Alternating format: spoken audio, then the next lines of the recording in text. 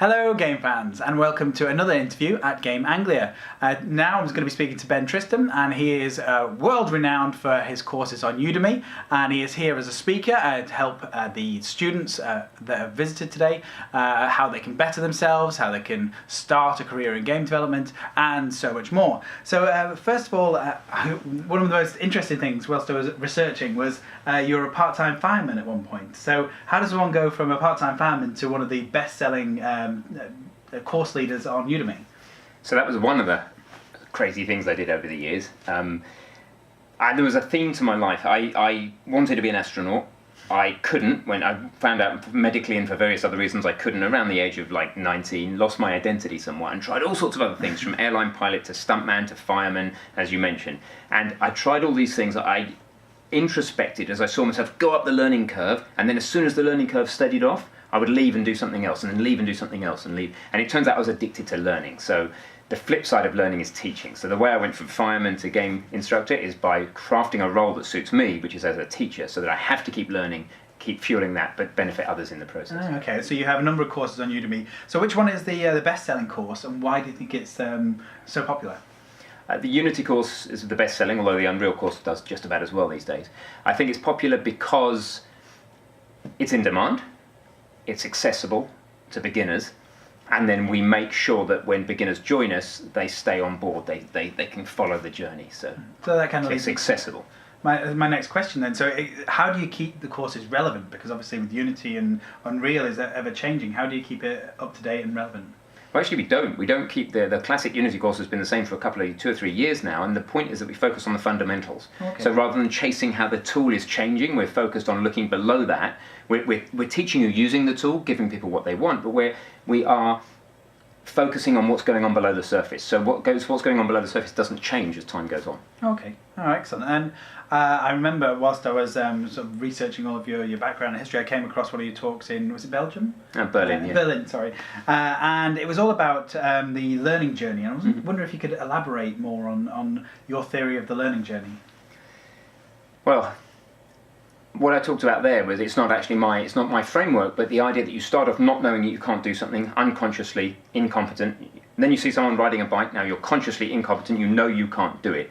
And then you start doing it in a very clumsy way, you become consciously competent, and eventually you just get good at it. And that's what we try and take our students through. We show them something that they don't know how to do, we make them aware, oh, I can't do that. We then show them, we hold their hand, then we let go a little bit, and then eventually they can master it. So yes, that makes sense. I remember seeing the Blender course and seeing the dinosaur and say, right, you'll be able to do this. And at first you think, no, I can't do that. And then all of a sudden, after you've crafted your first block and then made your own tree, it all then starts to fall into place. And then, dinosaur doesn't seem quite so scary anymore. So yeah, that's really good. And how does this theory? Do you use this theory when you're crafting your courses? I mean, do you openly think, right, okay, so we're going to start from here, then go here? So how does your learning journey fit into your course teaching? Yeah, so everything we do is totally project-based. We believe that we're trying to build skills, not really. Knowledge doesn't count for much unless you can implement it. So it's all about skills. So what we do is we pick projects that you say, if a complete beginner's trying to make a game, what's the first thing they should do? Probably just a text adventure or something really simple. And then pick a series of projects that force you to build the required skills to end up where you want to end up. Okay. So yeah. And it's a bit controversial, but do you have a preference between Unity and Unreal that you would lean towards? Which one do you find easier to teach? Which one do you find easier for people to learn? They're both amazing. They both have their pros. For a complete beginner, probably Unity, just because that underlying language C# is a little bit easier. If you're making something, Unity. If I had to make a preference, it would be Unity, but it depends on your project. So. Oh. Okay. And what have you found is one of the trickiest things to teach or to break down? What sort of part of game development have you found difficult to get across? Well, just yesterday, I think it was, in prototyping, I was working with Rick, we had a rail shooter flying through a terrain, and we just wanted the bullets, when they hit the terrain, to explode at that point. Sounds easy, right? So in prototyping, we do that in 2 minutes. When it comes to breaking it down for a student, you realise all of the different new concepts that are involved in that. So it's technically things that are difficult to get across are things that break the mold. We're trying to teach a nice, clean way of looking at, say, coding, and then something like an out parameter comes along, which is a horrible technical kludge. But we don't avoid it. We can't avoid it because it's all over the place, it's all over the documentation. But so we have to slow down and show people how you're going to see that out there. It's not how we would do things if we're doing it from scratch. So it's difficult when things aren't ideal, and you just got to deal with those real world things and still teach people good principles whilst at the same time dealing with the fact that there's a lot of legacy out there. Right, okay. No, that makes a lot of sense. And you mentioned before, you said you were addicted to learning. And so have you taken any Udemy courses? I mean, No, I've never taken a Udemy course. I've never taken an online video course personally. Oh, really? Okay. No, I'm just too busy making them. Well, yeah, I thought because you would have been so swamped in it, you were going, oh, photography. And just, I'd love to, but no time. Oh, okay. And so what tips would you give to a budding game developer who's either just starting university or just got out of university? What tips would you give them starting out in the industry? Completely different advice if they're wanting to be an indie versus get a job.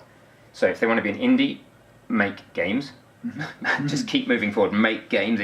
It doesn't matter how simple, just finish it, show it to somebody, expand your horizons, show it to one person, show your next game to 100 people, whatever. Just keep making games. If you want to be getting a job, then do your craft and build little artifacts to show your potential employer. So if you want to be a 3D modeler, make 3D models and make something that your potential employer that's relevant to them, that they can imagine you on day one adding value to their business and sitting in and using that in their game. Okay. So, and what happens, so say there is somebody who's competent at, say, Game Salad or Stencil or something, and they wanted to follow in your footsteps and create online courses. What kind of advice would you give to somebody who wanted to do what you do?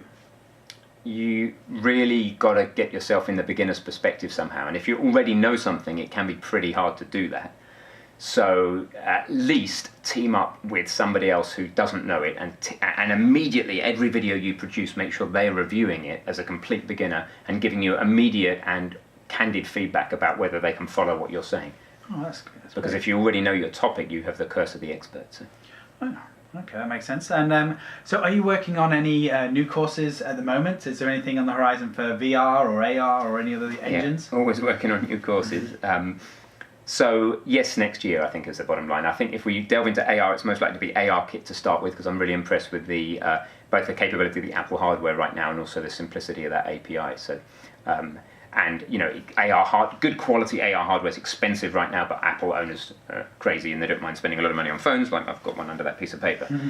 So I think that if there's a target AR target to platform, the platform to target right now is probably AR kit. Okay. So that would probably be next year. Oh, that's fantastic. And so thanks again for coming to Game Anglia, doing a talk, and then sitting with me here and going through some of the finer points. And yeah, thank you very much for joining me. It's no worries. Nice to speak to you. Take care. So if this video has been useful, then please give it a like, subscribe, and we'll be back with another interview very soon.